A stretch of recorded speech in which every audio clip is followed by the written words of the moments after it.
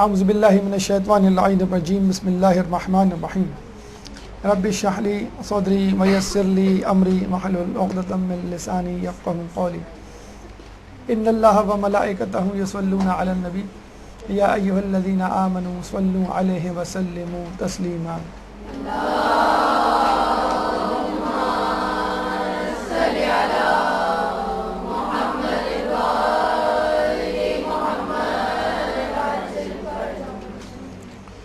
ایام فاطمی شروع ہونے کو ہیں اور انشاءاللہ اتوار کی شب سے 13 جمادی الاول کی شب شروع ہو جائے گی اور پھر یہ ایام فاطمی 3 جمادی الثانی تک جاری رہیں گے۔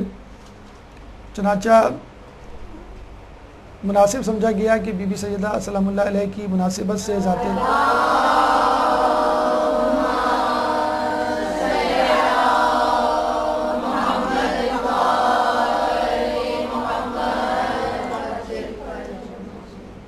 آپ کی ذات مقدسہ سے استفادہ کرتے ہوئے ان موضوعات کو آپ کے سامنے پیش کیا جائے کہ جس میں عورتوں کے مسائل کے حوالے سے گفتگو ہو۔ چنانچہ آج ہمارا موضوع ہے اسلام میں عورت کا مقام۔ جن مراحل سفر سے ہمیں گزرنا ہے اس کی ترتیب کچھ یوں ہے۔ سب سے پہلے تو چند مقدماتی گفتگو، اس کے بعد فلسفہ تخلیق عورت کو کیوں خلق کیا گیا، پھر دورہ جاہلیت میں عورت کا کیا مقام تھا، اس کے بعد دورہ جدید جو یہاں پر مسنگ ہے، آپ چاہیں تو لکھ لیں، نمبر 4 دورہ جدید، پھر 5ویں نمبر پہ دورہ اسلام ہوگا دورہ جدید کے بعد، 6 نمبر پہ فضیلت اور 7ویں نمبر پہ کلام آخر۔ یہ 7 مراحل ہمارے انشاءاللہ آپ کے سامنے رکھے جائیں گے۔ مقدمہ فلسفہ تخلیق، دور جاہلیت، دور جدید، پھر دور اسلام، فضیلت اور آخر میں کلام آخر۔ سب سے پہلے مقدمہ،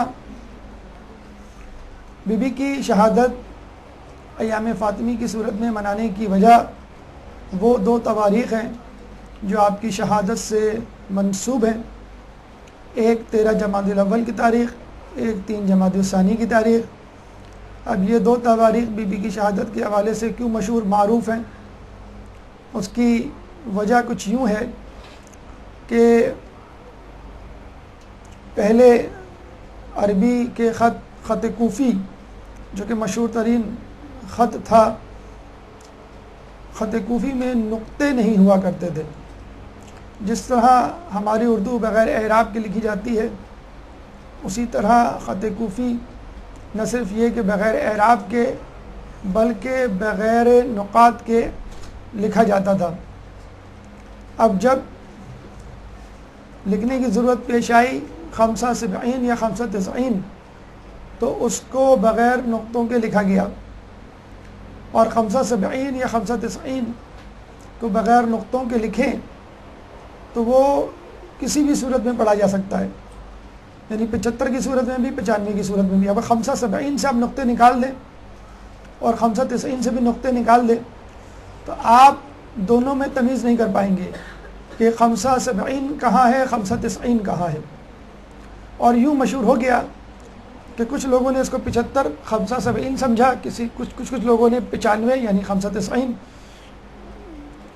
اور یہ مشہور ہو گیا کہ کچھ جگہوں پر کہ بی بی کی شہادت رسول اللہ کی شہادت کے 75 دن بعد ہوئی، اور کچھ لوگوں میں مشہور ہو گیا کہ بی بی کی شہادت رسول کی شہادت کے 95 دن بعد ہوئی۔ اس طرح 2 تاریخ 20 دن کے وقفے سے مشہور ہو گئی، 13 جمادی الاول سے 3 جمادی الثانی تک۔ چنانچہ علماء اعلام نے فیصلہ کیا کہ دونوں تواریخ کو شہادت منائی جائے، اور پھر یہ بھی فیصلہ اور عوام کی طرف سے اس کو سراہا گیا کہ ہم کیوں نہ 20 کے 20 دن یعنی تقریباً 3 ہفتے بی بی کی شہادت کے حوالے سے اور ان کے ذکر کے حوالے سے منسوب کیوں نہ کر دیں۔ اور شاید مصلحت خداوندی اس میں کچھ یوں نظر آتی ہے کہ ہمارے پاس 14 معصومین ہیں، 14 معصومین میں 13 مرد حضرات ہیں اور 1 عورت۔ اب 13 مرد حضرات میں مختلف قسم کی خصوصیات، مختلف جہتوں میں، مختلف زمانوں میں، مختلف طبیعتوں میں اظہر من الشمس ہوئیں۔ اب جس شخص کو، جس مرد کو جس قسم کے مسئلے سے سامنا کرنا پڑ رہا تھا یا پڑ رہا ہوتا ہے، وہ اس معصوم کی اس صفت سے استفادہ کر لیتا ہے۔ کسی کو بہادری چاہیے تو مولا علی کو دیکھ لیا، کسی کو صلح صفائی چاہیے تو امام حسن کو دیکھ لیا، کسی کو مظلومیت پہ صبر کرنے کا جو ہے وہ حوصلہ چاہیے تو امام مظلوم کی تاریخ پڑھ لی، کسی کو عبادت میں خوشی و خضوع پیدا کرنا ہے تو چوتھے امام کو دیکھ لیا، کسی کو علم کے پیچھے جستجو میں بھاگنا ہے تو پانچویں چھٹے امام کو دیکھ لیا، کسی نے اگر زندان میں تنہائی میں رہ کے اسلام کی خدمت کا بیڑا اٹھایا تو اس نے ساتویں امام کو دیکھ لیا، کوئی اگر مشہور و معروف و مقبول ہے لوگوں میں تو وہ کس طرح اسلام کی تبلیغ کرے، اس نے آٹھویں امام کو دیکھ لیا۔ پھر اس کے بعد کس طرح جو ہے دوبارہ مشکل حالات میں اور غیبت کی طرف سفر کرتے ہوئے، گمنامی کی زندگی بسر کرتے ہوئے لوگوں کی تبلیغات، لوگوں تک اسلام کی تبلیغات کو کیسے پہنچایا جائے، اس کے بعد 9ویں 10ویں اور 11ویں امام کی سیرتوں میں دیکھ لیا، اور مکمل طور پہ غیبت میں رہتے ہوئے اسلام کی سرپرستی کیسی کی جائے وہ ہمارے 12ویں امام، امام زمانہ علیہ السلام کی صورت میں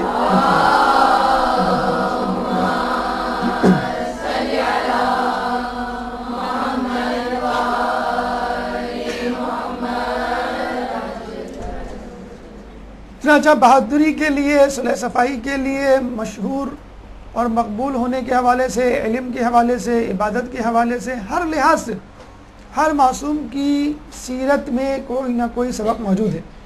لیکن جب ہم عورتوں کے حوالے سے بات کریں، کوئی عورت اگر اپنی زندگی کی تصحیح کے لیے، اپنی زندگی کی رہنمائی کے لیے اگر کوئی صفت اختیار کرتی ہے اور وہ دیکھتی ہے معصومین میں، تو اگر حجاب کی بات آئے گی تو جناب سیدہ کی طرف اشارہ کیا جائے گا، عبادت کی بات آئے گی تو جناب سیدہ کی طرف اشارہ کیا جائے گا، سخاوت کی بات آئے گی تو جناب سیدہ کا نام لیا جائے گا، اگر صبر کی بات آئے گی تو بی بی سیدہ کا نام لیا جائے گا، بہترین بیوی کی بات ہوگی تو بی بی سیدہ کا نام ذہن میں آئے گا، بہترین بیٹی کی بات کی جائے گی تو بی بی سیدہ کا نام، بہترین ماں کی بات کی جائے گی تو پھر بھی بی بی سیدہ کا نام۔ تو اس کا مطلب کیا ہوا، ہمیں 13 مرد معصومین کے لیے تو کئی تواریخ مل جائیں گی، لیکن ایک بی بی کے لیے فقط ولادت اور شہادت کی 2 تاریخ، بلکہ 2 شہادتوں کی تاریخ، یعنی کل 3 تاریخ بھی ناکافی ہیں۔ چنانچہ بہتر یہ سمجھا گیا کہ 2 تاریخ شہادت کے درمیان جتنا عرصہ ہے، یعنی 3 ہفتے، بی بی کی سیرت طیبہ پر گفتگو کی جائے، کیونکہ اگر ہم مرد حضرات کی بات کریں تو 13 شہادتیں اور 12 ولادتیں، تو یہ تقریباً 25 ایام ملتے ہیں، تو 25 ایام میں 25 مرتبہ مرد یا مردانہ خصوصیات کا تذکرہ کیا جاتا ہے۔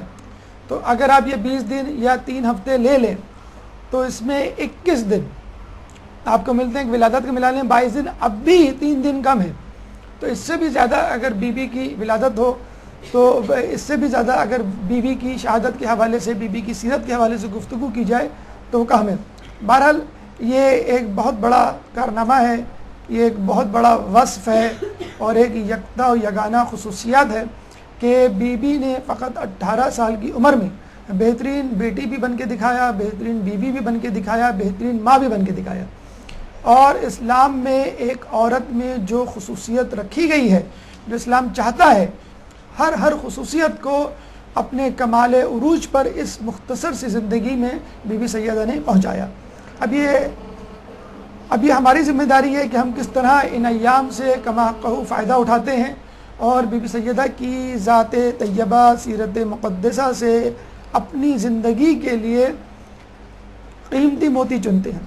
چنانچہ یہ 20 ایام 3 ہفتے خصوصی طور پہ عورتوں کے لیے، مومنات کے لیے نہایت اہمیت کے حامل ہیں کہ جتنا بی بی سیدہ کی سیرت طیبہ کے حوالے سے پڑھا جائے، جتنا ان کے بارے میں سنا جائے اور جتنا ان کی سیرت پر چلا جائے اتنا کم ہے۔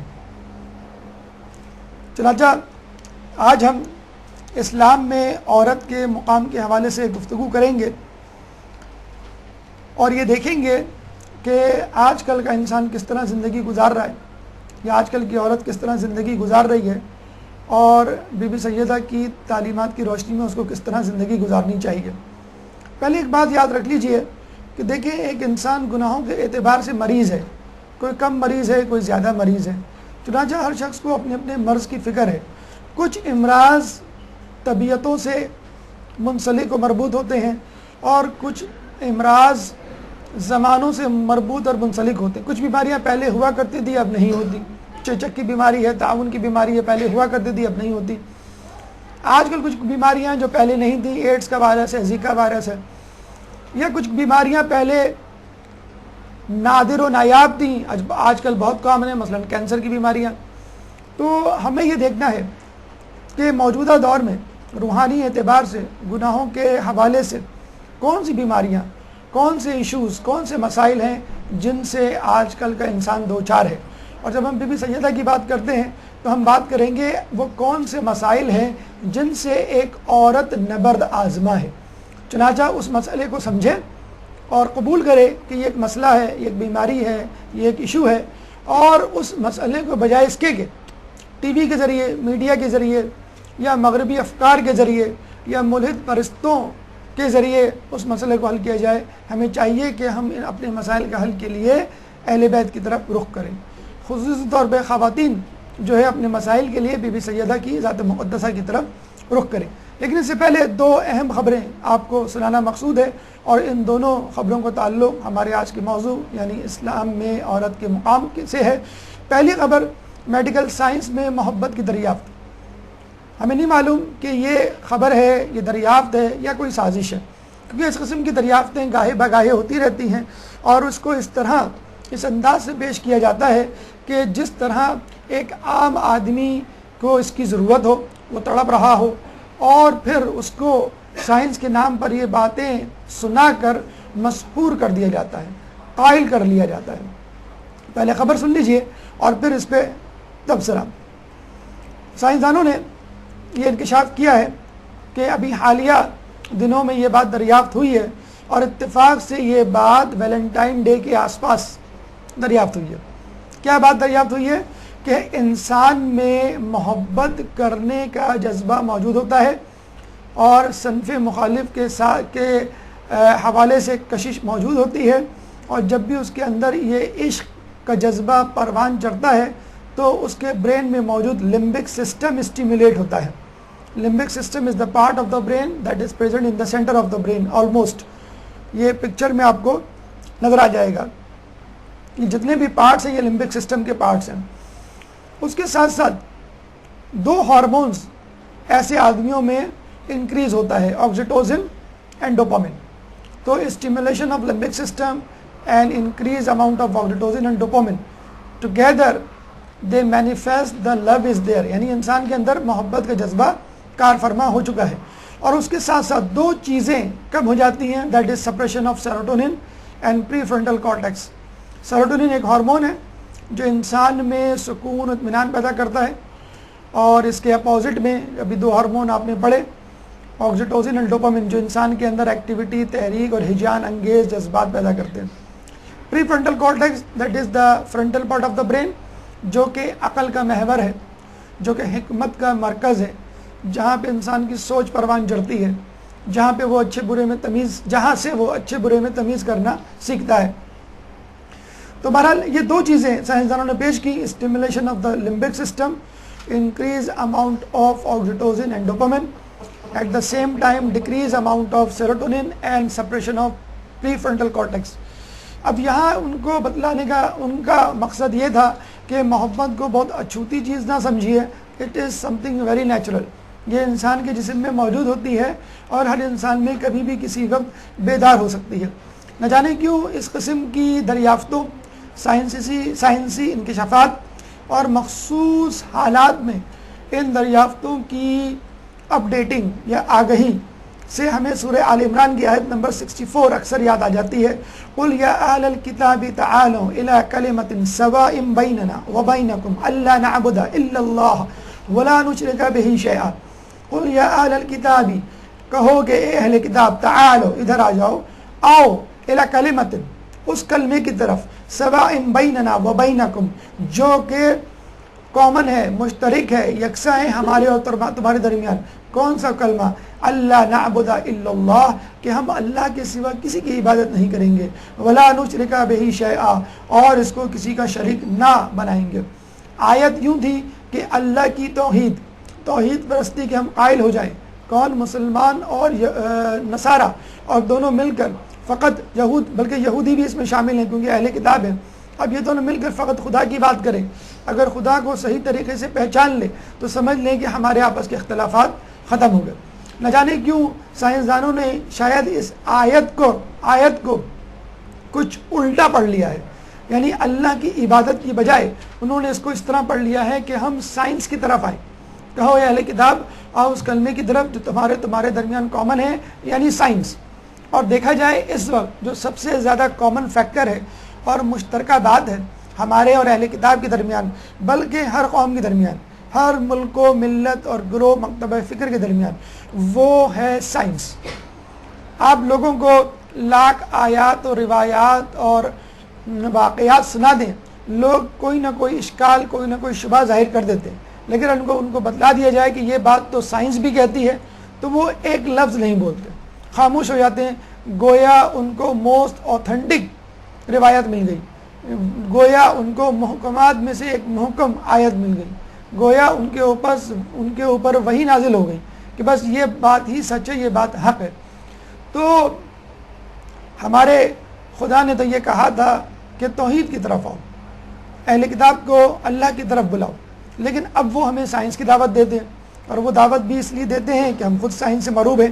تو چلیں ٹھیک ہے، ہم سائنس کی طرف چلتے ہیں. اگر وہ سمجھ رہے ہیں کہ سائنس سے سارے مسئلے حل کر دیں گے، اور سائنس کیونکہ جدید چیز ہے، اسلام چونکہ قدیم چیز ہے، جدید چیز کو قدیم چیز سے شکست دیں، قدیم چیز کو جدید چیز سے ہم شکست دیں گے، اور کلو جدید لذیذ کے مصداق، ہر کسی کو یہ بات سمجھ میں آئے گی. ٹھیک ہے، ہم سائنس کے گراؤنڈ پہ کھیل لیتے ہیں. لیکن یہ بات یاد رکھیے، یہ سائنسی تحقیق آپ کے لیے نہیں ہوگی، ہمارے لیے نئی نہیں. یہ بات بہت پہلے ہمارے رسول کہہ چکے ہیں، النکاح سنتی فمن رغب عن سنتی فلیس منی. نکاح میری سنت ہے، بس جس نے میری سنت سے منہ موڑا وہ مجھ میں سے نہیں. چنانچہ لمبک سسٹم کی بات کریں، آپ آکسیٹوسن کی بات کریں، آپ ڈوپامن کی بات کریں، تمام اسٹیمولیشن سے ہمیں انکار نہیں ہے. آپ بات کریں پری فرنٹل کارٹیکس اور سیروٹونن کے سپریشن سے، تو ہمیں ان کی سپریشن سے کوئی انکار نہیں ہے. ہمارے ہاں فقط اور فقط ایک ایشو، ایک مسئلہ ہے، اور وہ یہ ہے کہ جب بھی انسان کے اندر کوئی خواہش بیدار ہو تو اس کا حصول ایک جائز طریقے سے ہونا چاہیے. چنانچہ آپ کے اندر آپ کے ہارمونل ڈیٹاز جو بھی کہتے ہیں سائنٹیفک ریسرچ، اس کے لیے اگر جائز طریقہ موجود ہے تو بہت اچھی بات ہے، ورنہ رسول کے مطابق فلیس منی. اور بائی دا وے، اگر آپ کو یہ سائنسی تحقیق سنانی ہے تو آپ یہ سائنسی تحقیق سب سے پہلے اپنے پاپس اور ننس کو سنائیے. کون پاپس؟ وہ لوگ تجرد کی زندگی گزار رہے ہیں. جس طرح ہمارے یہاں مجتہدین اور مراجعین اکرام ہوتے ہیں، ان کے یہاں پاپس ہوتے ہیں. جس طرح ہمارے یہاں مجتہدہ یا عالمہ ہوتی ہیں، ان کے یہاں ننز ہوتی ہیں. یہ دونوں اپنے اپنے مقام پر بہت زیادہ مقدس سمجھے جاتے ہیں. کیوں؟ ان لوگوں نے دنیا سے منہ موڑ لیا، اور دنیا سے منہ موڑنے کا کیا ان کے پاس ثبوت ہے کہ یہ شادی نہیں کرتے. نہ پوپ شادی کرتے ہیں، نہ نن شادی کرتے ہیں. ان کو شاید اس بات پہ فخر ہو، لیکن ہمارے ہاں یہ جائز نہیں. ہمارے ہاں خواہشات کو جائز طریقے کی طرف، جائز رخ کی طرف موڑنے کا نام ہی اسلام ہے. اور اگر آپ کا یہ دعویٰ ہے کہ بڑے پاک و پاکیزہ ہیں، انہوں نے اپنی خواہشات کو فتح کر لیا ہے، اور اگر اس کی خواہشات فتح کی جا سکتی ہوتی تو رسول اللہ جو ہے ان خواہشات کے جائز حصول کے لیے منع کر دیتے. آئیے آپ کو دوسری خبر سناتے ہیں. دوسری خبر یہ ہے کہ پوپ جان پال دویم نے 30 سال تک ایک خاتون امریکی پولینڈ نژاد فلسفی کو، جس کا نام انا ٹریسا تیمنسکا تھا، 30 سال تک خفیہ طور پہ خطوط لکھے. اب ان خطوط کو آپ کوئی بھی نام دیں، لیکن اس وقت مغربی میڈیا میں یہ بات بہت زیادہ پھیل رہی ہے کہ پوپ جان پال دویم نے ایسا کیوں کیا؟ عیسائی دنیا میں سینٹ کے عہدے پر پہنچنے کے لیے کافی عرصہ درکار ہوتا ہے، لیکن پوپ جان پال دویم نے اس مرتبے پر، اس مقام پر پہنچنے کے لیے فقط 9 سال لگائے. لیکن آپ یہ دیکھیے اس کے باوجود جو تجرد کی زندگی ان کا خاصہ تھی اس سے انصاف نہ کر سکے، اور اب لوگوں کی انگلیاں اپنے ہی عیسائی رہنماؤں کی طرف اٹھ رہی ہیں. ان کا مقام عیسائی دنیا میں بالکل ایسا ہی ہے جیسے ہمارے یہاں آیت اللہ بہجت کا، ہمارے یہاں دیگر رجب علی خیاط کا، یا دیگر عرفاء اور علماء اور حکماء اور مجتہدین کا. ہم کبھی تصور میں بھی نہیں لا سکتے کہ ایسے ہمارے مجتہدین اور عرفاء اور علماء ایسی حرکت کریں گے. لیکن اس کے باوجود پوپ جان پال دویم نے اپنا سفر جو ہے وہ جاری رکھا، لوگوں کی رہنمائی کی. لیکن ہمیں نہیں معلوم انہوں نے اس رہنمائی کو کس طرح جسٹیفائی کیا ہوگا، کس طرح اس سے انصاف کیا ہوگا.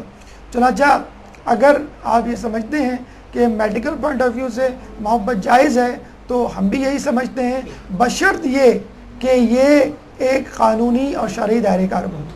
رہی بات اسلام میں رہبانیت کی تو اس کا فیصلہ سورہ حدید آیت نمبر 27 میں اللہ تعالیٰ کر چکا ہے. وَرَهْبَانِيَّةً تَدَعُوهَا وَرَهْبَانِيَّةً تدعوها ما كتبناها عليهم إلا ابتغاء رضوان الله فما رعوها ورهبانية تدعوها، یعنی رہبانیت کو انہوں نے خود ہی ایجاد کیا تھا.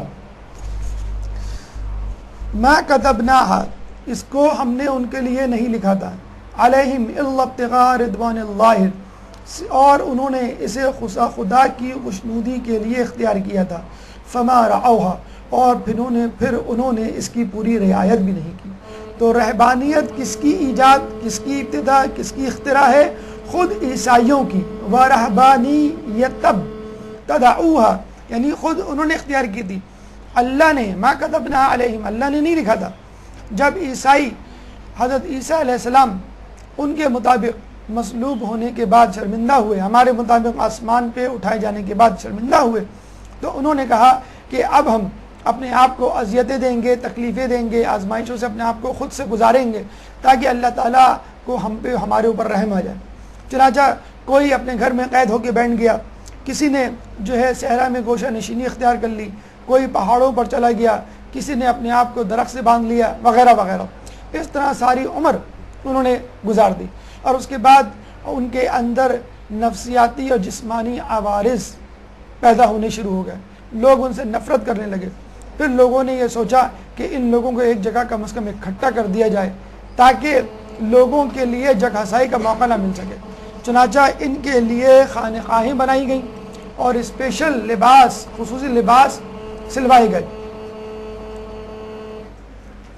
اور آپ نے اکثر یہ دیکھا ہوگا سویٹر اور یہ جو سویٹ شرٹس ہوتی ہیں اس کے پیچھے ایک ہڈ ہوتا ہے، سردیوں میں جو آپ چاہیں تو اوپر ڈال سکتے ہیں اور اس سے سردیاں بچ جاتی ہیں. بیسیکلی یہ لباس عیسائی راہبوں کے لیے ایجاد ہوا تھا، بنا تھا، ڈیزائن کیا گیا تھا تاکہ بوقت ضرورت، عبادت کے وقت یا موسٹ آف دا ٹائم آپ اس کو سر کے اوپر رکھیں تاکہ آپ ادھر ادھر آگے پیچھے نہ دیکھ سکیں، صرف اپنے سامنے یا نیچے یا اپنی کتاب یا اپنی عبادت کی جگہ پر آپ کی نظر ہو. آج کل کچھ لوگ جیلوں میں پیشی میں حاضر ہونے کے لیے بھی اس قسم کا لباس جو ہے وہ پہن لیتے ہیں. بہرحال یہ لوگوں کی نظروں سے چھپاتا بھی ہے، اور اس طرح چھپاتا ہے کہ کچھ نظر بھی آ جاتا ہے، لوگ شناخت بھی کر لیں، اور آپ چھپنا بھی چاہیں تو آپ کو یہ لباس پہننا پڑتا ہے. بہرحال یہ ہڈ والا جو لباس ہے وہ ان کے لیے بنایا گیا، اور انہوں نے اس رہبانیت کو جسٹیفائی نہیں کیا، اس کو نبھایا بھی نہیں. فما رعوها، اور انہوں نے اس کی پوری رعایت بھی نہیں کی. ہمارے ہاں رہبانیت نہیں ہے. رسول کی حدیث ہے کہ میری امت کی رہبانیت مسجدوں میں بیٹھ کر نماز کا انتظار کرنا ہے. That's it. ظہر کے بعد آپ بیٹھ جائیں عصر کی نماز کے لیے، ظہرین کی نماز میں، یہ آپ کی رہبانیت ہے. مغرب کی نماز، مغربین میں مغرب کی نماز کے بعد عشاء تک کے لیے بیٹھ جائیں، یہ آپ کی رہبانیت ہے. مسجدوں سے تعلق جوڑنا یہ رہبانیت ہے. عثمان بن مظعون رسول اللہ کے بہت ہی پرخلوص، بہت ہی متقی، پرہیزگار اور مخلص صحابی ایک دفعہ رسول اللہ کے پاس آئے اور کہنے لگے کہ میں تجرد کی زندگی گزارنا چاہتا ہوں اور کہیں شہر سے دور جانا چاہتا ہوں. تو رسول اللہ نے منع کر دیا اور کہا کہ اسلام میں رہبانیت نہیں. اور پھر یہ بھی کہا کہ میری امت کی رہبانیت مسجد سے تعلق قائم رکھنا ہے اور ایک نمازی کے بعد دوسری نماز، ایک نماز کے بعد دوسری نماز کا انتظار کرنا ہے. کتنا آسان ہے رہبانیت اسلام میں. اور کچھ جگہوں پر اسے حج اور کچھ جگہوں پہ اسے اعتکاف سے بھی منسوب کیا گیا ہے. بس یہی چھوٹی موٹی عبادتیں، یا جسے ہم کہہ لیں کہ عیسائیوں کی رہبانیت کے مقابلے میں نہایت قلیل، نہایت مختصر، نہایت سہل رہبانیت کا انداز جو اللہ نے ہمارے لیے قائم مختص کیا ہے رسول اللہ کی امت کے لیے. لیکن شادی سے کلی طور پہ منہ موڑ لینا، دنیا سے کلی طور پہ منہ موڑ لینا، لذیذ کھانوں سے کلی طور پہ منہ موڑ لینا، گھر والوں اور رشتہ داروں سے الگ ہو جانا، اس قسم کی تجرد والی زندگی ہمارے یہاں حرام ہے. چاہے وہ ایک عام آدمی ہو، چاہے عالم دین ہو. عیسائی مذہب کی طرح نہیں کہ ایک عام عیسائی تو مادر پدر آزاد ہے، جو چاہے وہ کرے، اس کے لیے گناہ میں اور عام کام میں کوئی فرق نہیں. اور ایک نن کے لیے یا پوپ کے لیے جو ہے یہ تمام چیزیں جو ہیں وہ حرام ہو جاتی ہیں. اب آئیے ہمارے دوسرے مرحلے کی طرف، فلسفہ تخلیق. ایک درود پڑھ دیں محمد والے محمد.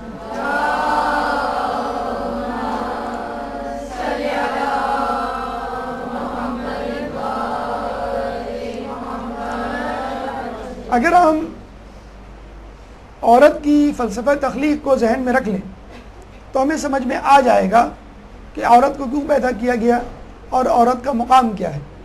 مثلا اگر آپ کوئی لباس سلواتے ہیں اور آپ کو معلوم ہے کہ یہ لباس فلاں مقصد کے لیے سلایا جا رہا ہے، تو آپ کو معلوم ہو جائے گا کہ اسے مجھے کب پہننا ہے، اس کو مجھے کس طرح رکھنا ہے. قرآن میں اس کا تذکرہ کرتے ہوئے اللہ فرماتا ہے سورہ روم آیت نمبر 21 میں، وَمِنْ آيَاتِهِ أَنْ خَلَقَ لَكُم مِّنْ أَنفُسِكُمْ أَزْوَاجًا لِتَسْكُنُوا إِلَيْهَا وَجَعَلَ بَيْنَكُم مَّوَدَّةً وَرَحْمَةً. وَمِنْ آيَاتِهِ، اس کی نشانیوں میں سے ایک نشانی یہ ہے، أَنْ خَلَقَ لَكُم مِّنْ أَنفُسِكُمْ کہ اس نے تمہارا جوڑا تمہیں میں سے پیدا کیا. أَزْوَاجًا لِتَسْكُنُوا إِلَيْهَا، وہ جوڑا، وہ شخصیت، وہ رفیق حیات جو کہ تمہیں تسکین دیتا ہے. وَجَعَلَ بَيْنَكُم مَّوَدَّةً وَرَحْمَةً، اور تمہارے درمیان اس نے مودت اور رحمت کو جذبہ قرار دیا. تو یہ ہے عورت کا مرد کے لیے پیدا ہونا اور مرد کا عورت کے لیے پیدا ہونا. دونوں ایک دوسرے کی تسکین کے لیے پیدا ہوئے ہیں، اور دونوں کے درمیان جو رشتہ ہے فقط جسمانی یا مادی رشتہ نہیں ہے، بلکہ مودت کا رشتہ ہے اور رحمت کا رشتہ ہے. مودت کا رشتہ کیا ہے؟ یہ آپ میں سے کسی کا موبائل اگر کھلا ہے اس کو بند کر دیں، یہ آواز جو ہے یہ مسلسل آ رہی ہے.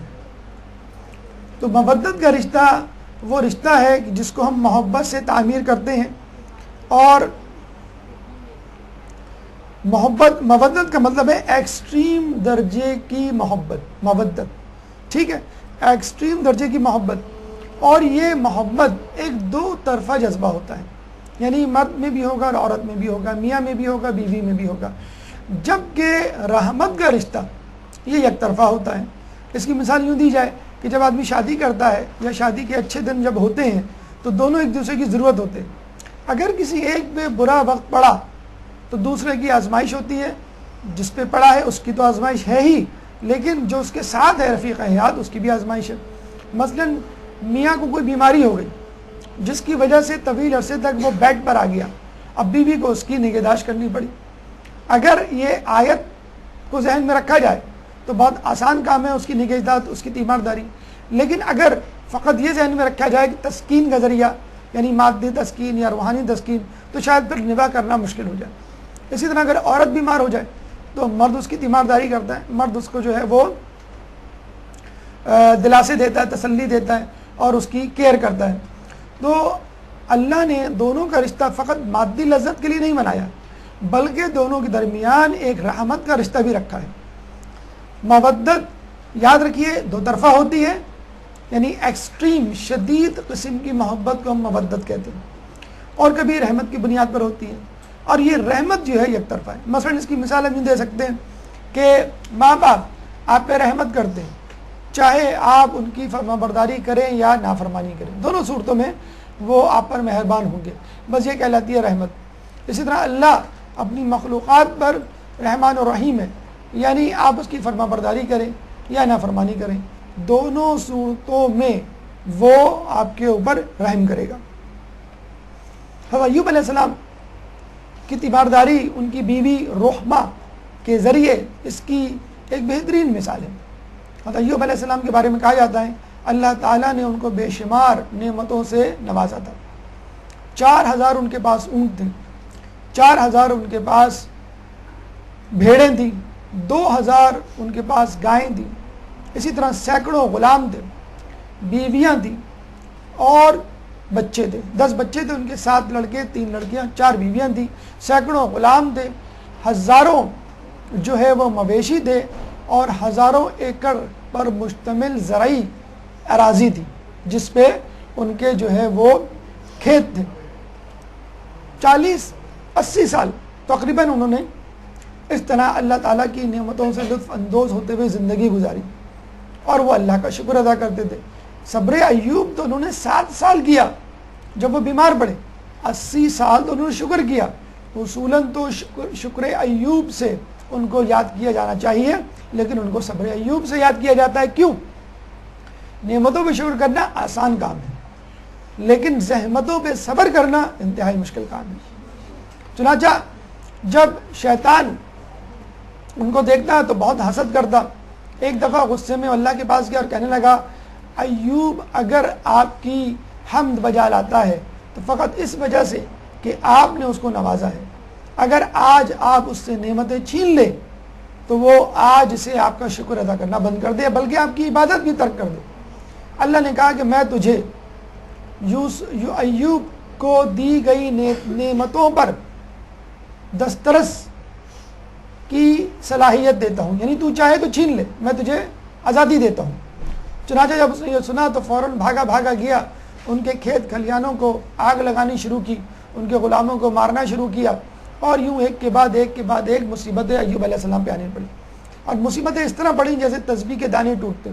ایک غلام آیا، اس نے ایوب علیہ السلام سے کہا کہ آپ کے کھیتوں کو کسی نے آگ لگا دی۔ ابھی اس کی بات ختم نہیں ہوئی تھی کہ ایک دوسرا غلام آیا، اس نے کہا کہ آپ کے مویشیوں میں ایک ایسی بیماری پھیلی جس کی وجہ سے سارے مویشی مر گئے۔ اب اس کی بات ختم نہیں ہوئی، ایک تیسرا غلام آیا کہ فلاں قبیلے نے آپ کے کھیت میں کام کرنے والے مزدوروں پر حملہ کر دیا اور ان کو ہلاک کر دیا۔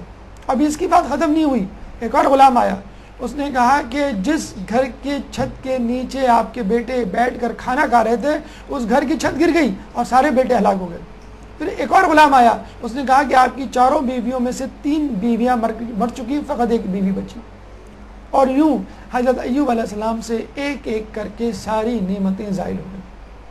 فقط ایک بیوی رحمہ جس کا نام تھا، اس کو لے کر شہر سے دور افتاد تنہائی والے علاقے میں چلے گئے، اور اس کے ساتھ اب ان کے جسم کی کھال ادھڑنے لگی، چھالے پڑ گئے، زخم ہو گئے، کیڑے پڑ گئے، ایسے کیڑے ایسے زخم کہ وہ اٹھ کر بیٹھ بھی نہیں سکتے، کھڑے ہو کر چل بھی نہیں سکتے تھے۔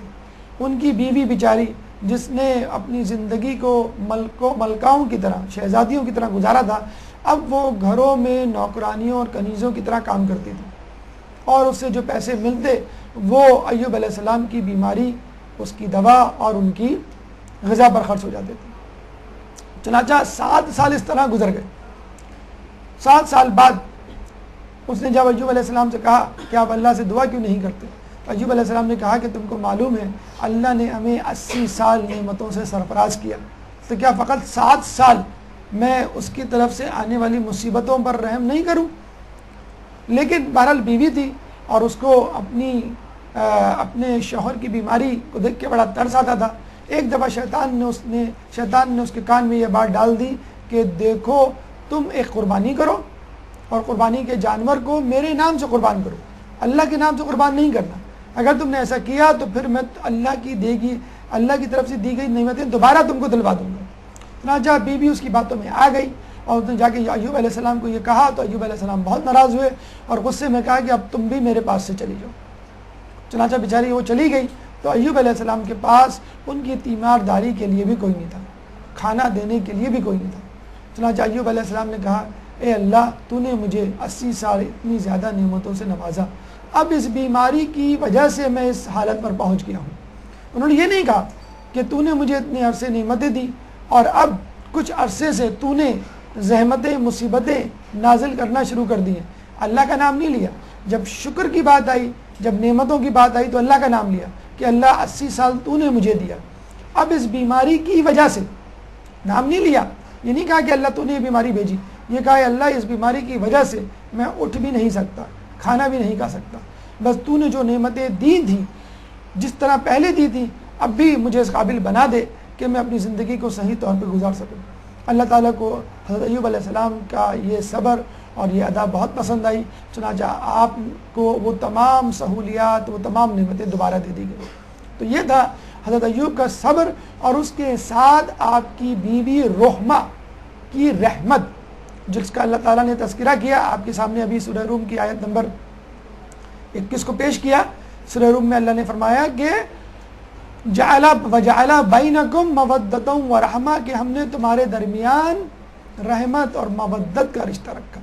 تو میاں بیوی کے درمیان ایک مودت اور رحمت کا رشتہ ہوتا ہے, فقط مادی منفعت کا رشتہ نہیں ہوتا کہ جہاں بیوی بیمار ہوئی یا بیوی میں کوئی خامی نظر آئی شوہر نے چھوڑ دیا, یا شوہر میں کوئی خامی نظر آئی وہ بیوی نے چھوڑ دیا. تو اسلام میں اس قسم کے رشتے کی کوئی اہمیت نہیں. میاں بیوی کا رشتہ یا عورت مرد کا رشتہ جو ہے وہ محبت کے ساتھ رحمت کا بھی ہے. اگر ہم مغربی نقطۂ نظر سے بات کریں تو ہمیں معلوم ہوتا ہے کہ وہاں پر یہ رشتہ مادیت کی نظر ہو چکا ہے. فرائڈ جو کہ جدید فلسفے, جدید نفسیات کا بانی سمجھا جاتا, اس نے یہ کہا کہ مرد و زن کا تعلق خالصتاً جسمانی لذت کی وجہ سے ہوتا ہے, حتیٰ کہ ماں اور بچے کا تعلق بھی. اور جو غریب انداز سے اس بات کو ثابت کیا کہ جب بچہ تھوڑا سا بڑا ہوتا ہے, ممیز ہوتا ہے, اچھے برے میں تمیز کرنے لگتا ہے تو وہ اپنے باپ سے حسد کرنے لگتا ہے. کس طرح باپ گھر میں نہ ہو اور میری ماں فقط مجھ پہ توجہ دے. تو یہ فرائڈ جیسے شخص کا جو کہ لیڈر تھا, رہنما تھا, نفسیاتی امراض کا ڈاکٹر تھا, اور اس کے ایڈیپس کمپلیکس جس کو ہم کہتے ہیں نفسیات کی زبان میں, اس کے اس نظریے سے لگتا ہے کہ شاید وہ خود بھی کسی نفسیاتی مرض کا شکار تھا. تو جب آپ خود صحیح نہ ہو تو آپ کو زیب نہیں دیتا کہ آپ لوگوں کی رہنمائی کریں. تاریخی دلیل اس حوالے سے کہ عورت کو کیوں پیدا کیا گیا, بی بی حوا علیہ السلام کی پیدائش ہمارے سامنے ہے. 5ویں امام محمد باقر علیہ السلام سے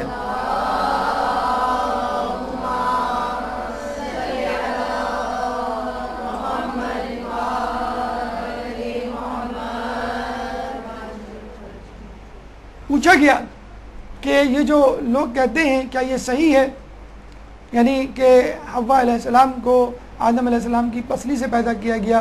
امام محمد باقر نے کہا کہ یہ جھوٹ ہے.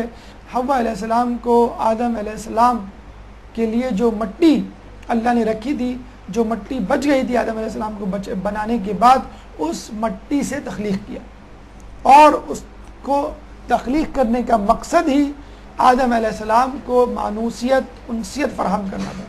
اور کہتے ہیں کہ آدم علیہ السلام کو جناب حوا سے انس ہو گیا تھا, محبت ہو گئی تھی, اسی لیے عورت کا نام عربی میں نساء رکھا جاتا ہے, یعنی جس سے مانوس ہوا جائے. تو آدم علیہ السلام اتنی بڑی جنت کے مالک تھے, جنت میں کون سی ایسی نعمت تھی جو نہیں تھی, لیکن اس کے باوجود وہ عورت کی تلاش میں تھے. یعنی اتنا بڑا مقام ہے عورت کا کہ جنت ایک طرف, عورت ایک طرف. عورت کے بغیر جنت بھی ادھوری ہے. اور اس کے بعد کیا ہوا, جب ترک اولا ہوا اور آدم علیہ السلام کو دنیا میں بھیجا گیا تو ان کے ساتھ جناب حوا کو بھی اتارا گیا. جس پہاڑ پہ وہ اترے وہ پہاڑ کوہ صفا کہلایا, کیوں کہ آپ صفی اللہ تھے, یہ ان کا لقب تھا. اور جس پہاڑ پہ حضرت حوا اتری اس پہاڑ کو مروا کہا گیا, کیونکہ حوا عورت تھی. تو مروا عورت سے نکلا ہے اور صفا صفی اللہ سے نکلا ہے. چنانچہ دونوں پہاڑوں پر جب ان دونوں کو اتارا گیا، دونوں نے عبادت کی، اللہ سے مغفرت طلب کی، اللہ نے ان کو معاف کر دیا اور دونوں کو ملا دیا گیا۔ آج بھی اس پہاڑ کے درمیان حاجی بی بی ہاجرہ کی یاد میں جو ہے سعی کرتے ہیں، اور آج بھی یہ پہاڑ حجاز کے شہر میں موجود ہے۔ تو ہم یہ کہہ سکتے ہیں کہ جب جنت عورت کے بغیر ادھوری ہے تو دنیا کس طرح اس کے بغیر مکمل ہو سکتی ہے۔ وجود زن سے ہے تصویر کائنات میں رنگ، اسی کے ساز سے ہے زندگی کا سوز دروں، مکالمات فلاطوں نہ لکھ سکی لیکن اسی کے شعلے سے ٹوٹا شرار افلاطون۔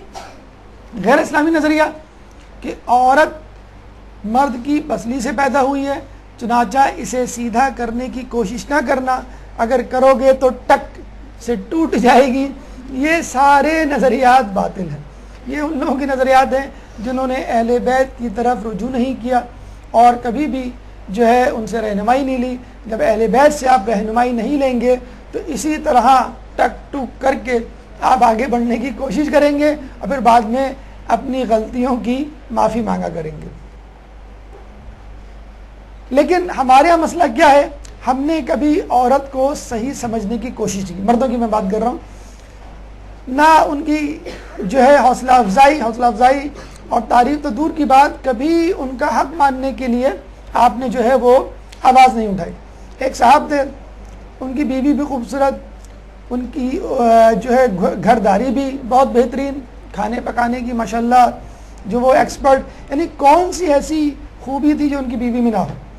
لیکن جب بھی دوستوں میں بیٹھتے تھے وہ اپنی بیوی کی برائیاں اور کوتاہیاں اور خامیاں نکالتے تھے، اور لوگ جو ہے بہت ان کو جو ہے برا بھلا کہتے تھے اس بات پہ کہ تمہاری بیوی اتنی اچھی ہے، اور دنیا جو ہے اس کی مثالیں دیتی ہے کہ ہمیں ایسی بیوی ملے، اور تم جو ہے کبھی بھی اپنی بیوی کی تعریف نہیں کرتے۔ انہوں نے ایک دفعہ کسی مولانا صاحب کا درس سنا، اسلام میں عورت کا مقام، شاید ایسے ہی کوئی درس ہوگا، انہوں نے تہیہ کر لیا آج میں جا کر اپنی بیوی کی تعریف کروں گا، کیا کچھ بھی ہو جائے۔ دل میں کبھی نہ کبھی تو رحم آ جاتا ہے۔ تو وہ گئے، انہوں نے کہا کہ آج جو بھی کھانا پکا ہوگا میں تعریف کروں گا۔ تو بیوی ہمیشہ ماشاءاللہ ویکینڈ پہ بڑے اچھے کھانے پکایا کرتی تھی، مرغی، بریانی، متنجن، پلاؤ وغیرہ۔ اس دن دال رکھی ہوئی تھی، پتنی بیوی کے دل میں کیا آیا تو اس دن دال پکائی۔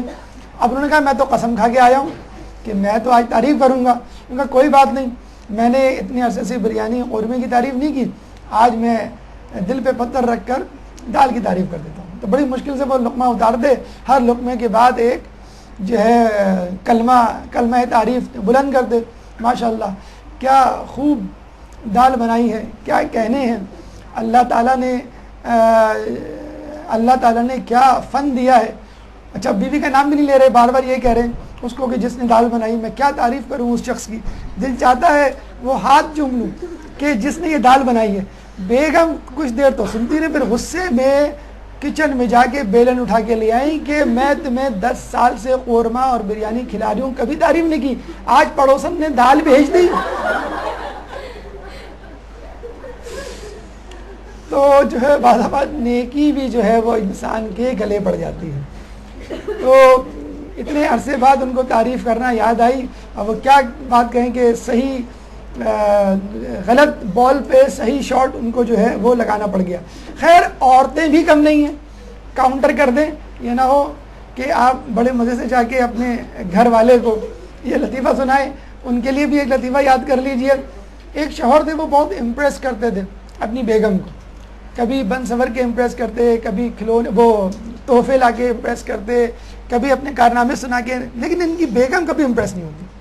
تم سے اچھے تو میرے بھائی ہیں دبئی میں بیٹھے ہوئے، ماشاءاللہ اتنا کما رہے ہیں، تمہاری ڈگریاں کس کا، وغیرہ وغیرہ۔ عورتوں کی جو عادت ہوتی ہے، اپنے خاندان میں موجود کسی بھی شخص کا نام لے لیا اور شوہر کے بدن میں تو تن بدن میں آگ لگ جاتی ہے۔ اب شوہر نے اتنی کوشش کر لی، کما لیا، اچھی طرح جو ہے وہ گھر چلا لیا، لیکن بیگم ان کی کبھی بھی امپریس نہیں ہوئی۔ جس طرح کچھ شوہر امپریس نہیں ہوتے بیگمات سے، نہ تعریف کرتے، اس طرح وہ بھی امپریس نہیں ہوتی تھی۔ ایک دفعہ انہوں نے سپر مین کا ڈریس خریدا، کہیں سے اڑنے کا فن سیکھ لیا، اور وہ اڑنے لگے، اڑتے اڑتے اڑتے اپنے گھر کی چھت یعنی صحن پہ سے گزرنے لگے، اور بیگم کو ہاتھ ہلا کے یوں کیا، بیگم نے بھی یوں ہاتھ ہلا دیا۔ اچھا شوہر سمجھے کہ شاید بیگم مجھے پہچان گئی ہیں، حالانکہ بہرحال تو وہ شام کو گھر آئے اور بیگم کو کہا تو معلوم ہے آج کیا ہوا شہر میں؟ کیا ہوا؟ کہ ایک شخص جو ہے آسمانوں میں اڑ رہا تھا. دیکھ لو لوگ کہاں پہنچ گئے ہیں, ایک تم ہو. ارے بیگم تم کو معلوم نہیں وہ شخص وہ مرد نہیں تو تھا. اچھا تم تھے, میں نے تم کو ہاتھ دلایا تھا, تم نے بھی ہاتھ دلایا تھا. اوہ ہاں سوری میں بھول گئی, میں تو تم کو بیوقوف, تم تھے جب ہی ٹیڑھے ٹیڑھے اڑ رہے تھے. تو یہ کہانی ہے مرد اور عورت کی.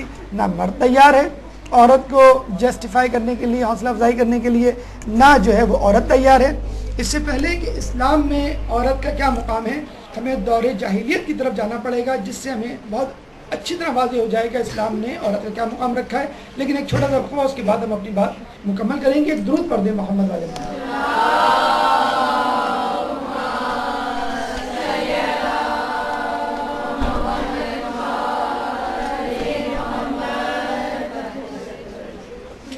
اسلام میں عورت کے مقام کو سمجھنے سے پہلے ضروری ہے کہ دور جاہلیت میں عورت کا مقام کیا تھا اس کو سمجھیں. دور جاہلیت کے حوالے سے اتنا کہنا کافی ہے کہ بچی کو, لڑکی کو پیدا ہوتے ہی زندہ درگور کر دیا جاتا تھا. اور قرآن میں اس کا تذکرہ بھی موجود ہے کہ جب کسی کو لڑکی کے پیدا ہونے کی خبر دی جاتی تھی تو اس کا چہرہ کالا سیاہ ہو جاتا تھا, اور وہ یہ سوچتا تھا کہ میں لوگوں کو کیسے منہ دکھاؤں گا. سورہ تکویر آیت نمبر 8 اور آیت نمبر 9 میں اللہ فرماتا ہے وَإِذَا الْمَوْءُودَةُ سُئِلَتْ بِأَيِّ ذَنبٍ قُتِلَتْ, اور جب زندہ درگور لڑکی سے سوال کیا جائے گا کہ وہ کس گناہ میں قتل کی گئی. یعنی قاتل اتنا زیادہ اللہ کے نزدیک قابل ملامت ہوگا کہ اللہ اس کی طرف نظر کرم تو کیا نظر کرنا بھی, کلام کرنا بھی گوارا نہیں کرے گا. اور خود مقتولہ سے پوچھے گا, مظلوم سے پوچھے گا کہ تمہیں جو ہے کس جرم کی سزا دی گئی. اور اس حوالے سے بڑے عجیب و غریب دل ہلا دینے والے واقعات بھی ملتے ہیں. وجہ یہ ہوا کرتی تھی کہ عورت نہ برسر روزگار تھی اور نہ ہی ڈاکو. اس زمانے میں دو ہی پیشے تھے لوگوں کے, مویشی اور ڈکیتی. یعنی مویشیوں سے اپنا نان و نفقہ اور روزگار تلاش کرتے تھے, یا پھر ڈاکہ زنی کر کے لوگوں کو لوٹ کر. اور اگر کسی قبیلے کی کسی قبیلے کے ساتھ جھگڑا لڑائی ہو جائے, ہارنے کی صورت میں وہ مال و اسباب کے ساتھ عورتوں اور بچوں کو لے جایا کرتے تھے, اور عورتوں کو جو ہے وہ کنیز بنا لیا کرتے تھے. چنانچہ امن کی صورت میں عورت بوجھ اور جنگ کی صورت میں ایک خطرہ عورت کو تصور کیا جاتا تھا. ایک شخص رسول اللہ کے پاس آیا اور کہنے لگا کہ اے رسول, کیا اللہ تعالیٰ اسلام لانے سے پہلے کے گناہ میرے معاف کر دے گا؟ رسول نے کہا کیوں نہیں معاف کر دے گا؟ اس نے کہا میں نے تو بہت بڑے بڑے گناہ کیے ہیں. اس نے کہا تو نے کون سا بڑا گناہ کیا؟ اس نے کہا ایک دفعہ میں اپنے گھر سے دور سفر پہ کسی ملک گیا اور پورے 4 سال بعد لوٹا. جب میں 4 سال بعد لوٹا تو میں نے دیکھا کم و بیش 4 سال کی ایک بچی ہمارے گھر میں گھوم رہی ہے, کھیل رہی ہے. میں نے اپنی بیوی سے پوچھا کہ یہ بچی کون ہے, کہاں سے آئی ہے؟ تو میری زوجہ نے کہا کہ یہ پڑوس کی بچی ہے. میں شاید سمجھا گھنٹہ 2 گھنٹہ کھیل کے چلی جائے گی, لیکن مغرب کے بعد تک نہ گئی. کھانا کھایا اور رات میں وہ ہمارے یہاں سو گئی. میں نے اپنی زوجہ سے پوچھا کہ یہ کس کی بچی ہے, سچ سچ بتاؤ. تو اس نے کہا کہ جب تم سفر پہ روانہ ہوئے تھے تو اس وقت میں امید سے تھی, چند ہی مہینے بعد یہ بچی ہوئی اور اب یہ تمہارے سامنے ہے. یہ سن کر میرا چہرہ جو ہے وہ فق ہو گیا اور میں اس رات سو نہ سکا. پوری رات کروٹیں بدلتا رہا. فجر سے پہلے میری آنکھ کھلی, بلکہ میں بستر سے اٹھا, مجھے نیند ہی نہیں آئی تھی. میں نے بچی کو خاموشی سے اٹھایا اور یہ کہا کہ میں تمہیں نخلستان لے کے جا رہا ہوں, یعنی باغ میں. وہ سمجھی کہیں گھمانے کے لیے میرا باپ مجھے لے جا رہا ہے. میں اس بچی کو نخلستان لے کے گیا. وہاں پہ موجود ایک کونے میں باغ کے اندر گڑھا کھودنے لگا. میں اپنے ہاتھوں سے گڑھا کھودتا تو بچی بھی اپنے ننھے ننھے ہاتھوں سے مٹی نکالتی. اس بچے کو نہیں معلوم تھا کہ میں کیا کرنے جا رہا ہوں. میں نے ایک دم اپنے الٹے ہاتھ سے بچی کی بغل میں ہاتھ رکھا اور اٹھا کے اس کو اس گڑھے کے اندر دفنا دیا, اور جلدی جلدی دوسرے ہاتھ سے مٹی ڈالنے لگا کہ لڑکی گھبرا کے شور مچا کے باہر نہ نکل آئے. مٹی ڈالتے ڈالتے تھوڑی سی مٹی میری داڑھی پہ لگی تو اس بچی نے گڑھے سے ہاتھ نکال کر داڑھی سے میری مٹی ہٹائی. لیکن اس کے باوجود بھی میرے دل میں تھوڑا سا بھی رحم نہ آیا اور میں نے بچی کو اس طرح دفنا دیا. تو کیا اللہ تعالیٰ میرے اس گناہ کو معاف کر دے گا؟ رسول اللہ یہ واقعہ سنتے جاتے اور ان کی آنکھوں سے ٹپ ٹپ آنسو بہتے جاتے. پھر رسول اللہ نے کہا کہ اگر اللہ کی رحمت اس کے غضب پر حاوی نہ ہوتی تو اللہ تجھ سے انتقام لیتا. یعنی اللہ کی رحمت اس کے غضب سے زیادہ ہے، اس وجہ سے اس نے بخش دیا. اور کہتے یہ ہیں کہ شاید اس کی وجہ یہ تھی کہ ایک دفعہ دو گروہوں میں جنگ ہوئی. ایک گروہ، ایک قبیلہ ہار گیا. ہارنے والے قبیلے کے مال و اسباب بچوں اور عورتوں کو لوٹ لیا گیا. پھر عورتوں سے شادیاں کر لی گئیں. جب دونوں قبیلوں میں صلح ہوئی تو مال و اسباب اور بچوں کو واپس کیا گیا. جب عورتوں کو واپس کرنے کی باری آئی تو جو عورتیں شادی کر چکی تھیں انہوں نے واپس ہونے سے انکار کر دیا. چنانچہ ہارنے والے قبیلے نے پھر آئندہ سے یہ فیصلہ کیا کہ ہمارے یہاں اب جب بھی کوئی بچی پیدا ہوگی ہم اس کو زندہ درگور کر دیں گے. اور اس کے بعد چونکہ ویسے بھی عورت کو کوئی مقام نہیں دیا جاتا تھا، فقط ایک چیز سمجھا جاتا تھا، فقط ایک شے جو ہے وہ سمجھا جاتا تھا. چنانچہ یہ بات، یہ رسم کبھی جو ہے اور قبیلوں میں بھی پھیل گئی. آپ جب حرم میں داخل ہوتے ہیں مکے جا کر حج اور عمرے کی نیت سے طواف کے لیے، تو الٹے ہاتھ پر اونچائی پہ قدرے یہ آپ کو کہا جاتا ہے کہ قبرستان موجود ہے جہاں عرب قبائل جاہلیت کے زمانے میں اپنی پیدا ہوئی لڑکی کو زندہ درگور کر دیا کرتے تھے. بہرحال رسول اللہ سے پہلے عورت ایک ایسی چیز تھی کہ جس کا پیدا ہونا ہی نحوست کے برابر تھا. نہ عورت کا میراث میں کوئی مقام تھا، نہ معاشرے میں کوئی حصہ. اور اس کے علاوہ عورتوں سے کسی بھی قسم کا مشورہ، مشاورت یا بیعت یا ووٹ یا رضامندی یا پند و نسائی نہیں لیے جاتے تھے. یعنی کسی عزت اور احترام کے قابل نہیں سمجھا جاتا. رسول اللہ نے اسلام کے آنے کے بعد فوراً جو بیعت کا سلسلہ کیا اس میں عورتوں کی بیعت بھی شامل تھی. یعنی عورت بھی بیعت کیا کرتی تھی. اس کا طریقہ یہ ہوتا تھا کہ رسول اللہ پانی کے برتن میں اپنا ہاتھ ڈال دیا کرتے تھے اور نکال لیا کرتے تھے. اس کے بعد عورت اپنا ہاتھ ڈالتی اور بیعت کرتی اور نکال لیتی. تو اسلام نے آ کے جاہلیت کے دور کے مقام کو عورت کے ہٹایا اور ایک نیا عزت والا مقام دیا. لیکن یہ جو کہا گیا ہے کہ زندہ پیدا ہوتے زندہ درگور کر دیا جاتا تھا، کسی حد تک اس کی رمق، کسی حد تک اس کا شائبہ اور جھلک ہمیں اپنے معاشرے میں نظر آتی ہے. انڈیا میں تو عام ہے کہ بہو کو زندہ جلا دینا یا ایبارشن کروا دینا اگر لڑکی کی پیدا ہونے کی جو خبر آئے یا امکان ہو. لیکن ہمارے خود پاکستان کے معاشرے میں بھی، مسلمان معاشرے میں بھی دیکھا گیا ہے کہ جب بتایا جاتا ہے کہ لڑکی ہوئی ہے تو شوہر کو یا شوہر کے گھر والوں کو اتنی خوشی نہیں ہوتی، اور اگر دوسری تیسری بھی لڑکی ہو جائے تو منہ لٹک جاتا ہے. باقاعدہ ساس، نندے اور دیگر افراد مشورے دینے لگتے ہیں لڑکے کو کہ تم دوسری شادی کر لو، یعنی دوسری بیوی کرو گے تو شاید تمہیں لڑکا مل جائے.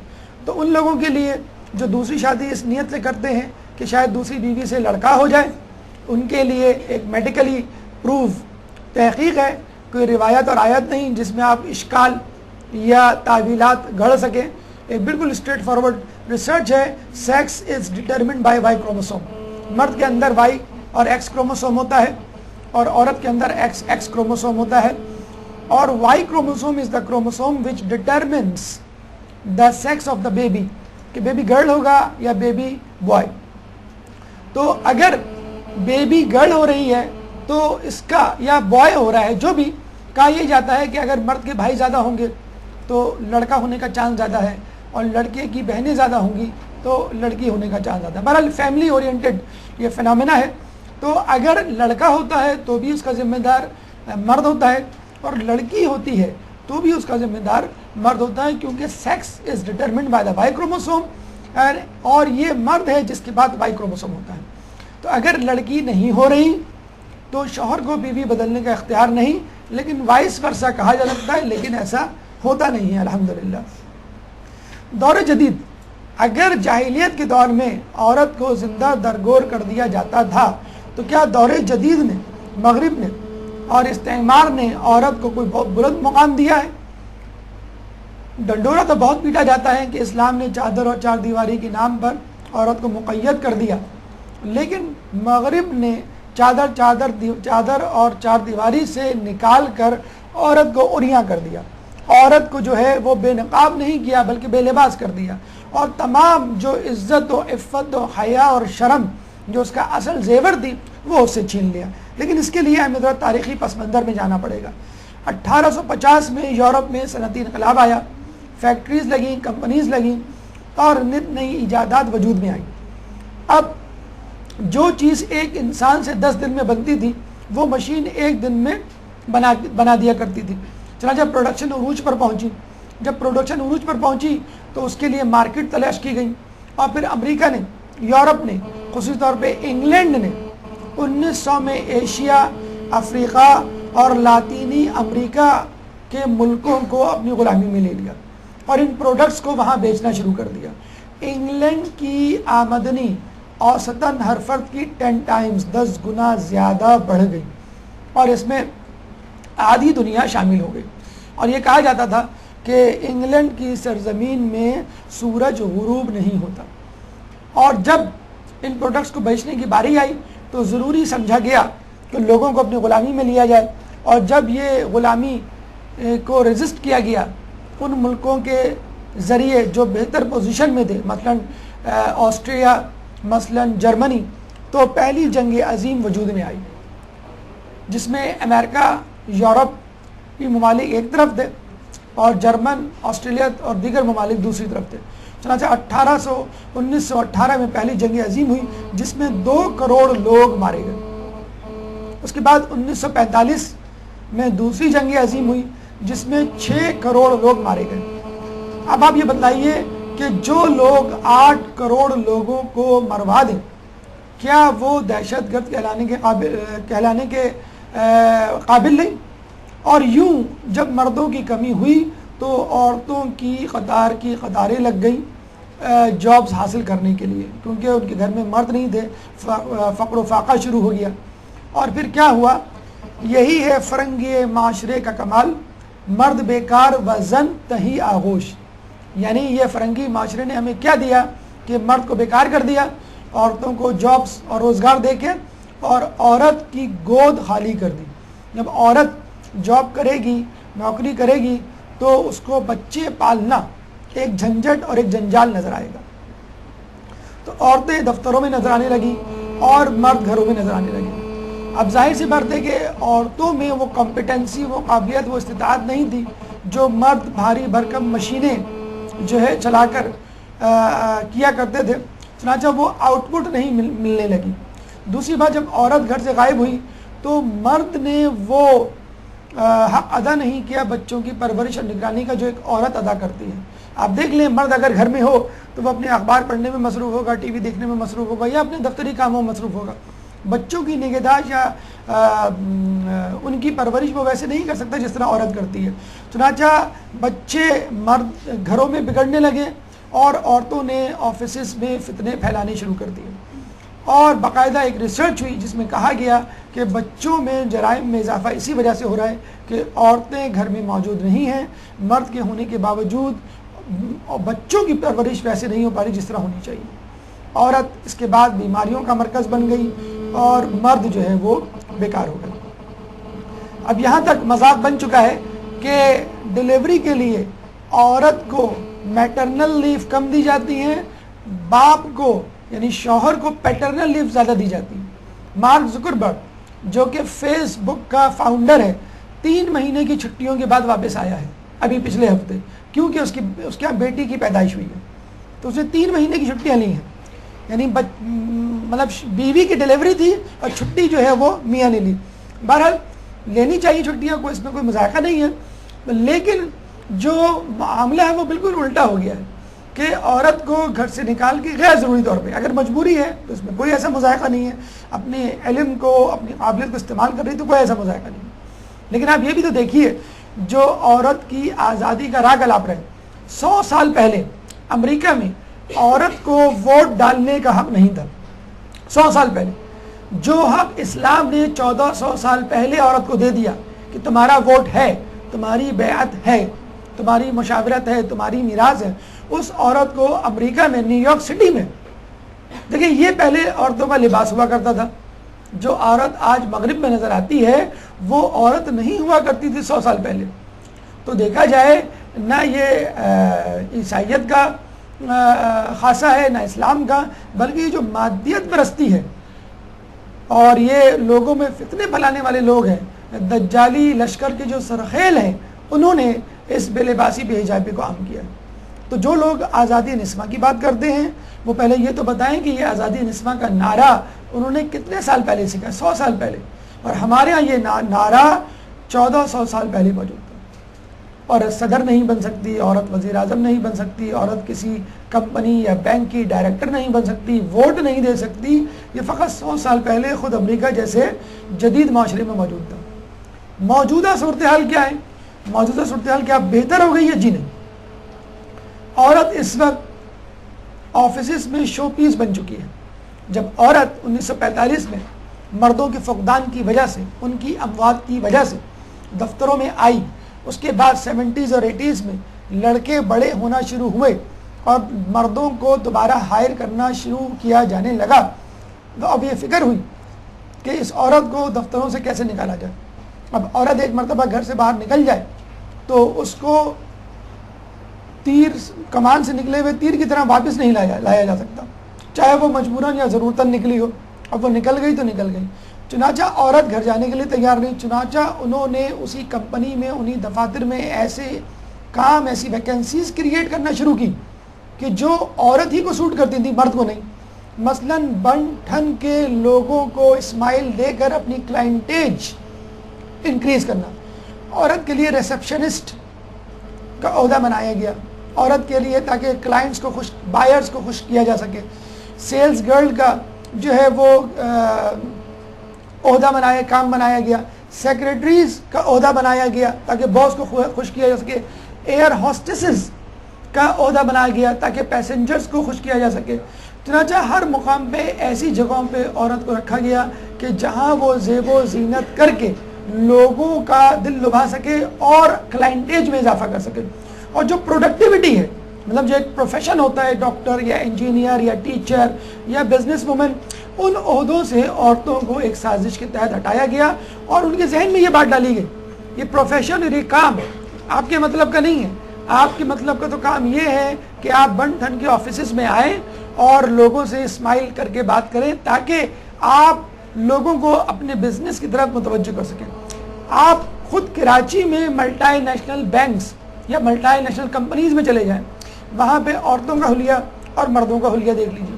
چھوڑیں، آپ گھر میں بیٹھ کے ٹی وی آن کیجئے، جو ٹی وی نیوز کاسٹرز ہوتے ہیں اس میں مرد کا لباس دیکھ لیجئے اور عورت کا حلیہ دیکھ لیجئے، لگ رہا ہے کہ وہ کسی شادی، کسی تقریب میں شرکت کے لیے آئی ہے۔ حتیٰ کہ BBC CNN والے بھی اگر عورت نیوز کاسٹر ہوتی ہے تو اس کو کہتے ہیں آپ گھر کا لباس جو گھر سے پہن کر آئی ہیں وہ آپ اتار دیں، میک اپ اتار دیں اور ہمارا پلین سمپل میک اپ اور یہ سمپل پلین ڈریس جو ہے وہ پہن کر آپ خبر پڑیں۔ اور ہمارے والے مغرب کی نقالی میں ان سے بھی آگے نکل گئے۔ تو یہ شو پیس جسے کہتے ہیں شعیت والی چیز ہم نے اپنا لی۔ جب ٹویوٹا کمپنی کے MD سے پوچھا گیا، مینیجنگ ڈائریکٹر سے، کہ آپ کی کمپنی میں ایک زمانے میں بہت زیادہ عورتیں ہوتی تھیں، عورتیں زیادہ مرد کم ہوتے تھے، اور اب جو ہے عورتیں بہت کم رہ گئی ہیں، تو اس نے کہا we have already enough decoration flowers in our company, کہ ہمارے یہاں سجانے کو پھول بہت ہے، ہمیں عورتیں نہیں چاہیے۔ کیا مطلب؟ کہ اب عورت کو فقط تزئین و آرائش کا ذریعہ سمجھ لیا۔ اگر واقعی وہ کسی پوٹینشیل کے طور پہ انجینئرنگ کی ڈگری رکھ کر مثلا یا بزنس کی کوئی ڈگری رکھ کے کام کری تو وہ ایک الگ بات ہے، لیکن زیادہ تر اداروں میں عورت کو ایک شے، ایک آبجیکٹ کہا گیا۔ ہم بہت الزام دیتے ہیں کہ عورت پہ جملے کسے جاتے ہیں، سیٹی بجائی جاتی ہے، اس کو چھیڑا جاتا ہے۔ امریکہ میں ایک NGO ہولا بیک نام کی وجود میں آئی ہے جس کے 26 ممالک میں دفتر ہے۔ یہ ہولا بیک کیا ہے؟ اصل میں ہوا یوں کہ ایک لڑکی نیو یارک میں کافی دور پیدل تک کئی کلومیٹر چلی، اس 1 گھنٹے یا 1.5 گھنٹے میں اس کو کئی قسم کے لوگوں کا سامنا کرنا پڑا۔ کسی نے کسی سیٹی بجائی، کسی نے ہوٹنگ کی، کسی نے جو ہے کمنٹس پاس کیے، اور اس نے جب آ کے گھر میں یہ بتایا اپنی فرینڈ کو تو اس نے یہ کہا کہ ہمیں کوئی ایسا اقدام کرنا چاہیے تاکہ یہ لوگ راہ چلتی لڑکیوں کو نہ چھیڑ سکیں۔ چنانچہ انہوں نے ویڈیو کیمراز لگائے مختلف جگہوں پر اور ایک عورت کو یا کسی بھی عورت کو ہائر کیا، اب روزانہ ایک عورت کو ہائر کر دیں اور اس کو کہتے کہ بھائی آپ یہاں سے وہاں جائیں، مثلا نمائش سے آپ ٹاور پیدل واک کرتے ہوئے جائیں، اور مختلف جگہوں پر انہوں نے کیمرے لگا دیے تھے ہر جگہ پہ. اب عورت جہاں جہاں سے گزرتی، جو جو اس کو ہوٹ کرتا، کمنٹ پاس کرتا، سیٹی بجاتا یا جو بھی اشارے کرتا، وہ کیمرہ ریکارڈ کر لیتا. شام کو وہ ساری ریکارڈنگ ٹی وی پہ چلتی، پتہ چلتا کس کا بھائی، کس کا کزن، کس کا بھتیجا، کس کا بھانجا کیا کرتے ہوئے پکڑا گیا. پتہ چلا کہ روزانہ رات کو پکڑ دکڑ شروع ہو گئی. ذرا ہمارے یہاں چھاپے پڑ دیں، لڑکوں کے گھروں پہ چھاپے پڑنے شروع ہو گئے. باقاعدہ فون کالز آنی شروع ہو گئی ہولا بیک کے فاؤنڈر کو کہ تم یہ تنظیم بند کر دو ورنہ ہم اس لڑکی کو اغوا کر لیں گے، ورنہ ہم تمہیں قتل کر دیں گے. لیکن یہ تنظیم پھلی پھولی اور 26 ممالک میں اب اس کے دفاتر، ذیلی دفاتر موجود ہیں. تو کیا یہ سب چھیڑخانی فقط یہاں پر ہوتی ہے؟ نیو یارک جیسے شہر میں جو بہت ترقی کا گڑھ سمجھا جاتا ہے، جدید قوموں کا جسے کہتے ہیں کہ روح رواں رہنما سمجھاتا ہے، وہاں بھی یہ حال ہے. تو اس کا مطلب کیا ہوا؟ مسئلہ عورتوں کو چھیڑنے کا گلوبل ہے، لوکل نہیں ہے. اور مسئلہ عورت کے اندر پہلے ہے، مرد کے اندر بعد میں ہے. عورت اس حلیے میں نکلے کیوں کہ لوگ اس کو دیکھ کر آنکھیں پھاڑ پھاڑ کے دیکھیں، لوگ اس کے پیچھے ہی جائیں یا سیٹی بجائیں. کبھی آپ نے نقاب والی عورت، کبھی آپ نے حجاب والی عورت، کبھی آپ نے اسکارف والی عورت، کبھی آپ نے پردے والی عورت. اور پردہ بھی میں نے آپ کو بتایا کہ ایک ایسا پردہ جو اٹریکٹیو پردہ نہ ہو، کالا، نیلا، پیلا، پنک قسم کا جو پردہ ہے وہ اتنا اگر اٹریکٹیو ہے تو ظاہر سی بات ہے لوگ دیکھیں گے. تو پردہ جو مستحبات کے ساتھ ہو اور شرعی پردہ ہو، اس کے ساتھ آپ نکلیں تو کوئی آپ کو دیکھنے کی ضرورت نہیں کرے گا. پاکستان میں جو حال ہے وہ آپ کو معلوم ہے. آپ حیدری مارکیٹ چلے جائیں، لیاقت مارکیٹ چلے جائیں، بابر مارکیٹ چلے جائیں، جامع کلاتھ چلے جائیں، بولٹن مارکیٹ چلے جائیں، آپ جو ہائپر اسٹار چلے جائیں، آپ ڈولمن چلے جائیں، آپ طارق روڈ چلے جائیں، جس بازار میں چلے جائیں، ایک مرد اپنی بہن شوہر کے ساتھ، اپنی بیوی کے ساتھ جانے کے لیے تیار نہیں، ایک بھائی اپنی بہن کے ساتھ جانے کے لیے تیار نہیں. کیوں؟ ٹینشن اور اسٹریس جس سے اس کو گزرنا پڑتا ہے. یہی وجہ ہے. آپ عراق چلے جائیں، آپ ایران چلے جائیں، حتیٰ کہ آپ یورپین سٹیز چلے جائیں، کسی کو ضرورت نہیں ہوگی کسی عورت کو چھیڑنے کی. ٹھیک ہے، یہ اس قسم کے واقعات وہاں پیش آتے ہوں گے، لیکن جو اسٹریس فریکوینسی یہاں پر ہے، یعنی مسئلہ نہیں ہے کہ کوئی عورت یہ نہیں کہہ سکتی پولیس والے سے کہ بھئی یہ مجھے چھیڑ رہا ہے یا میرا پیچھا کر رہا ہے. بہت مشکل ہوگا اس کو کنونس کرنا، بتانا کہ یہ کام واقعی ہو رہا ہے. پاکستان کے بارے میں کہا جاتا ہے پاکستان 142 کنٹریز میں سیکنڈ ورسٹ کنٹری ہے for living for women in the world, for women to live in, یعنی عورتوں کے رہنے کے اعتبار سے اگر بدترین ملکوں کو شمار کیا جائے تو پاکستان کا شمار دوسرے نمبر پہ ہوگا. ہو سکتا ہے کسی تعصب کی بنا پر انہوں نے ایسا کیا ہو، لیکن کسی حد تک یہ بات بھی اس میں حقیقت کے طور پہ شامل ہے کہ یہاں عورتوں کو وکٹمائز کیا جاتا ہے، یا عورتوں کو جو ہے وہ مقام، وہ عزت، وہ احترام نہیں دیا جاتا کہ جو دینا چاہیے. یہ نظم ساحل لدھیانی نے ایک خاص جگہ کے لیے لکھی تھی، لیکن وہ خاص جگہیں اب گلی کوچوں، بازاروں، شاپنگ سینٹر میں نظر آتے ہیں.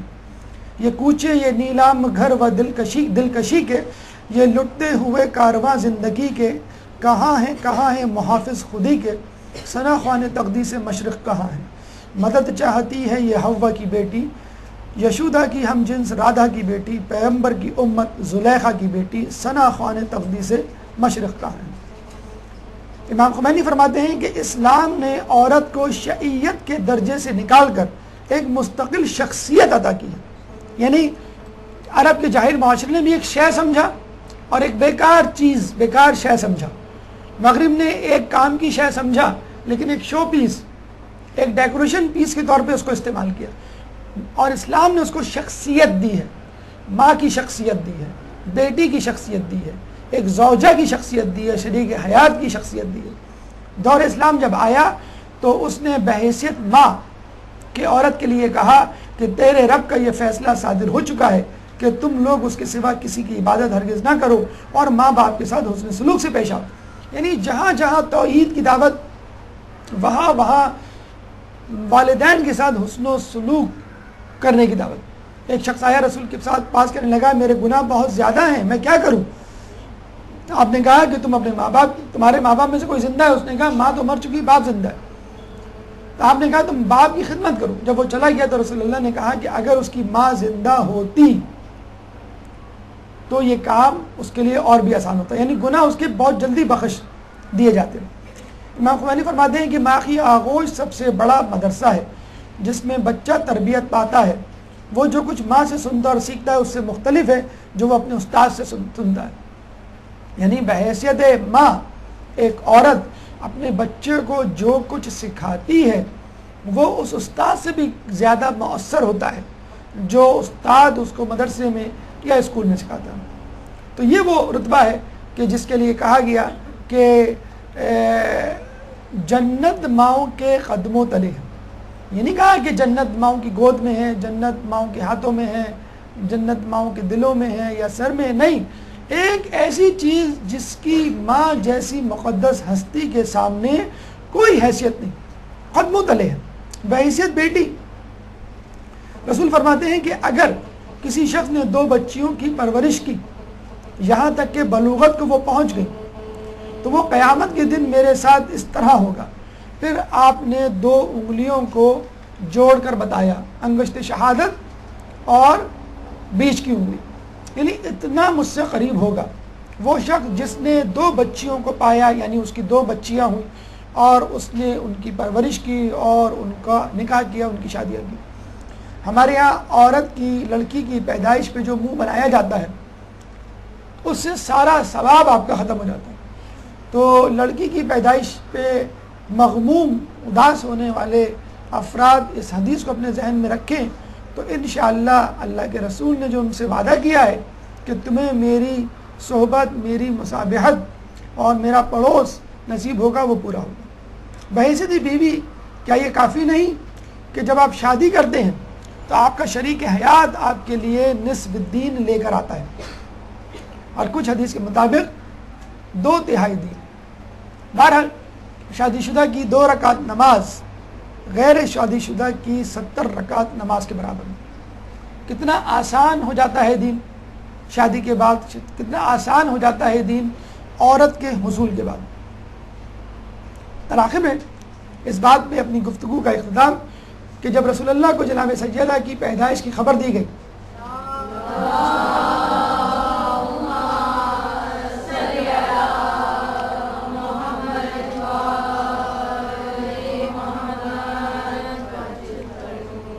جب رسول اللہ کو جناب سیدہ کی پیدائش کی خبر دی گئی تو وہاں موجود چند اصحاب مغموم ہو گئے، اداس ہو گئے. زمانہ جاہلیت کے کچھ تھوڑے بہت افراد اب بھی موجود تھے لوگوں میں. آپ نے کہا کہ تم لوگوں کو کیا ہوا ہے؟ اللہ نے ایک پھول مجھے دیا ہے جس کی میں خوشبو سونگھتا رہوں گا، اور رہی رزق کی بات تو یہ اللہ کے ذمہ ہے. جناب سیدہ کی اتنی عزت اور احترام کیا کرتے تھے کہ جب آپ آتی تو رسول اللہ ان کے استقبال کے لیے کھڑے ہو جاتے، اپنی چادر بچھا دیتے، ان کے ہاتھوں کو چومتے.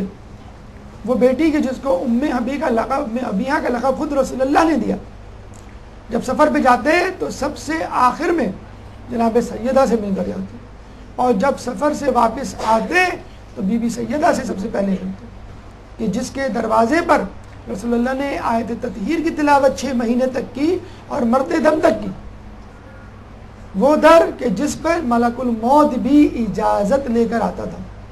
ہمیں نہیں معلوم کہ کس طرح لوگوں نے اس گھر کے دروازے کو آگ لگائی ہوگی، یہاں تک کہ انہوں نے یہ بھی سن لیا کہ تم اس در کو آگ لگاؤ گے کہ جس گھر میں رسول اللہ کی بیٹی فاطمہ رہتی ہیں.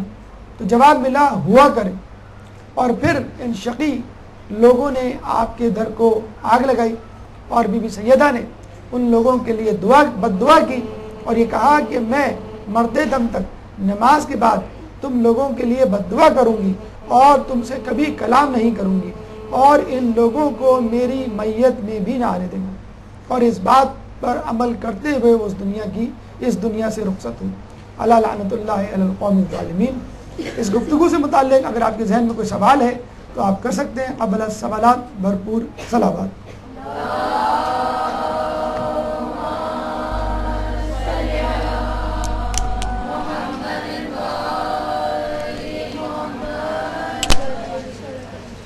برحمتك يا أرحم الراحمين وصلى الله على محمد وآله الطاهرين.